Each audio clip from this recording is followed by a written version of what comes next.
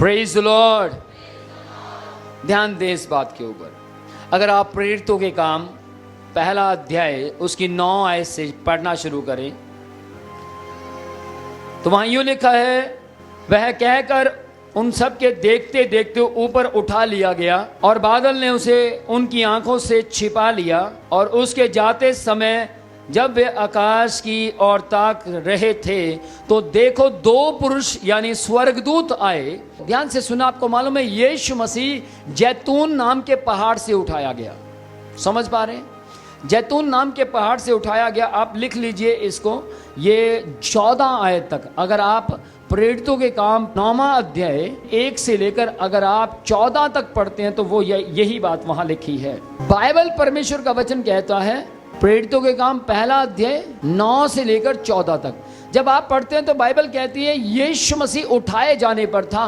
सारी भीड़ वहां इकट्ठी थी और बहुत से चेले वहां खड़े थे। बाइबल कहती है यीशु मसीह जैतून नाम के पहाड़ पर चला गया और वहां से उठा लिया गया। सब बोले उठा लिया गया। कौन? यीशु मसीह उठा लिया गया। और सब लोग क्या कर रहे थे? ऊपर की ओर देख रहे थे।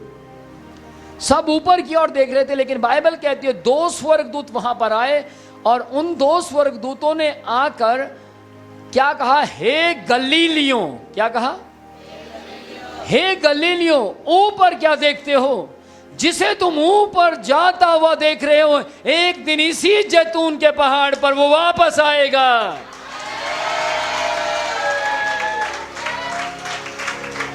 Praise the Lord.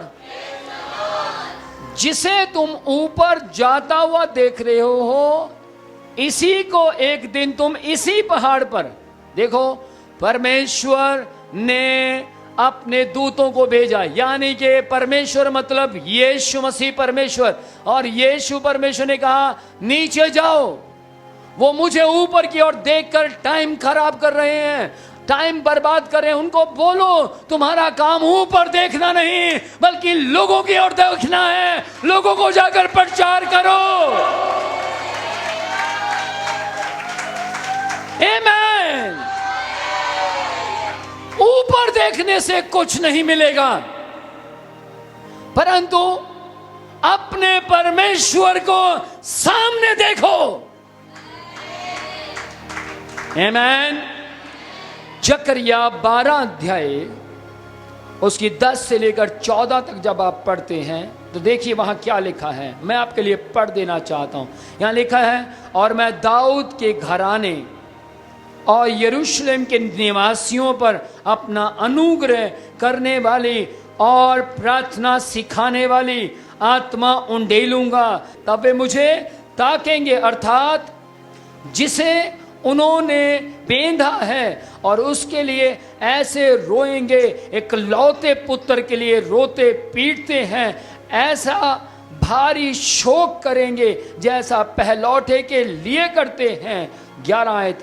उस समय यरूशलेम में इतना रोना पीटना होगा जैसा मगदौन की तराई में हदीद मौन में हुआ था। सारे देश में विलाप होगा, हर एक परिवार में अलग अलग, और दाऊद के घराने में अलग अलग, और अलग अलग अलग अलग हर परिवार का नाम लिखा है, अलग अलग अलग अलग अलग अलग। ये सब रोएंगे, विलाप करेंगे। क्यों? क्योंकि वो आत्मा उतरेगा नहीं, उतर चुका है। आपको मालूम है वो आत्मा आ चुका है। उसका नाम पवित्र आत्मा है। और बाइबल में लिखा, आत्मा आप ही तुम सबको आहें भर भर कर प्रार्थना करना सिखाएगा। यदि आज आप जब प्रार्थना करते हैं रो पड़ते हैं, यदि आप प्रचार करते समय रो पड़ते हैं, आपको मालूम है इस समय मैं प्रचार करता करता कई बार रो पड़ता हूं। इसका मतलब वो आत्मा आहें भर भर कर मुझे मसीह को बयान करना सिखा रहा है। ये वो रोना नहीं होगा जो लोग वस्तुओं के लिए रोते हैं, कोई बाइक के लिए रोता है, कोई मोबाइल के लिए रोता है, कोई लैपटॉप के लिए रोता है, कोई गाड़ी के लिए रोता है, कोई घर के लिए रो रहा है, कोई कपड़ों के लिए रो रहा है। ये सब नाशमान वस्तुएं हैं, पर धन्य है वे लोग जिन्हें आत्मा आहें भर भर कर प्रार्थना करवा रहा है।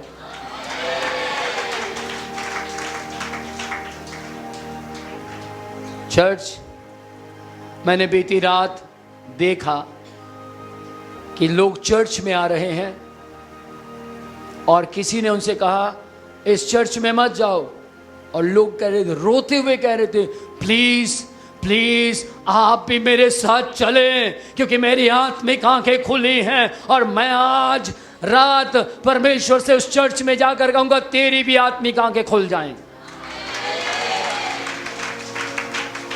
आपकी आत्मिक आंखें खुलना बहुत जरूरी है, बेहद जरूरी है। मैं एक दिन जा रहा था और किसी के घर की दीवार के पास से निकला और मैंने एक आवाज को सुना और उसने कहा इस दीवार की ओर देख। मैंने दीवार की ओर देखा तो मुझे दीवार के उस पार एक बहन दुष्ट आत्मा से तड़पती हुई दिखाई दे रही थी। और थोड़ी देर के बाद मैंने सोचा परमेश्वर ये मैं दीवार के उस पार कैसे देख पा रहा हूं। परमेश्वर ने मुझे बोला तेरी आत्मिक आंखें खुलती जा रही हैं। और मैंने परमेश्वर से पूछा प्रभु मुझे कैसे पता लगेगा कि मैं उस पार देख पा रहा हूं। परमेश्वर ने मुझे बोला वो दुष्ट आत्मा भी तुझे देख पा रही है। और थोड़ी देर के बाद तुरंत चिल्लाते तड़पते हुए वो औरत बाहर आई और उसने कहा देखा मैं तुमसे कह रही थी ना विनोद प्रोचिया दीवार के उस तरफ खड़ा है। और ध्यान से सुना, जैसे वो वहां पर आई और मैंने उसकी ओर देखा तो वो चिल्ला पड़ी और बोलने लगी मुझे परमेश्वर के दास निकालना मत, मुझे निकालना मत। इसका मतलब दुष्ट आत्माओं को पता है कि इसके पास निकालने का अधिकार है।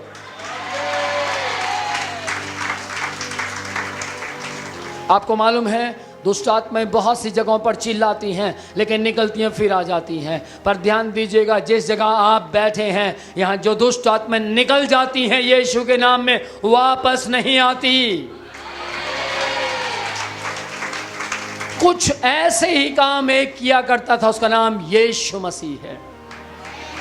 वो जिसे एक बार घुड़क देता था वो वापस नहीं आती थी, जिसे एक बार निकाल देता था वो वापस नहीं आती थी।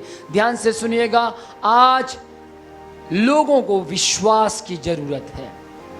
बाइबल कहती है यीशु मसीह ने कहा जा तेरे विश्वास ने तुझे चंगा किया, जा तेरे विश्वास ने तुझे छुटकारा दिया। आज आपके अंदर ऐसा विश्वास होना चाहिए कि परमेश्वर मुझे केवल चंगाई नहीं बल्कि मुझे तैयार करने वाला आत्मा चाहिए।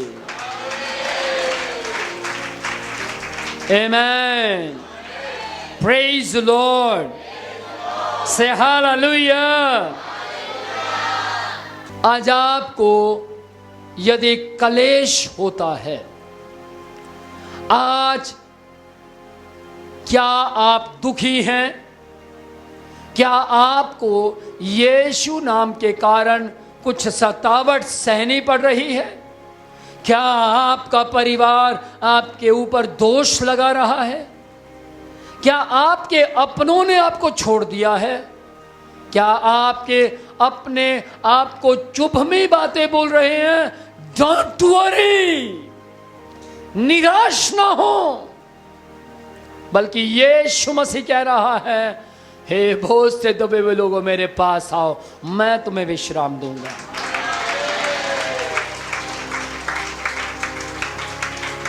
फिकर ना करें। याद है यीशु मसीह को वो दिन जब आपका शरीर प्रार्थना करने के लिए तैयार नहीं था लेकिन आपने फिर भी आत्मा की अगुवाई में प्रार्थना की। याद है यीशु मसीह को वो दिन जब आपका पति आपका साथ नहीं देता था लेकिन तब भी आपने यीशु के साथ को छोड़ा नहीं। याद है यीशु मसीह को वो दिन जब आपकी पत्नी ने आपका साथ नहीं दिया लेकिन तब भी आप चर्च आते रहे, सारे विरोध को सहते रहे और यीशु के पीछे चलते रहे। याद है यीशु मसीह को वो दिन जब आपके बच्चों ने आपको बहुत सताया, वो प्रार्थना आपको करने नहीं देते थे लेकिन तब भी आपने पहला स्थान यीशु मसीह को दिया। ध्यान से सुनिएगा, यीशु मसीह को याद है, इसलिए आप सब हर सुबह उठते हैं और नया जीवन प्राप्त करते हैं।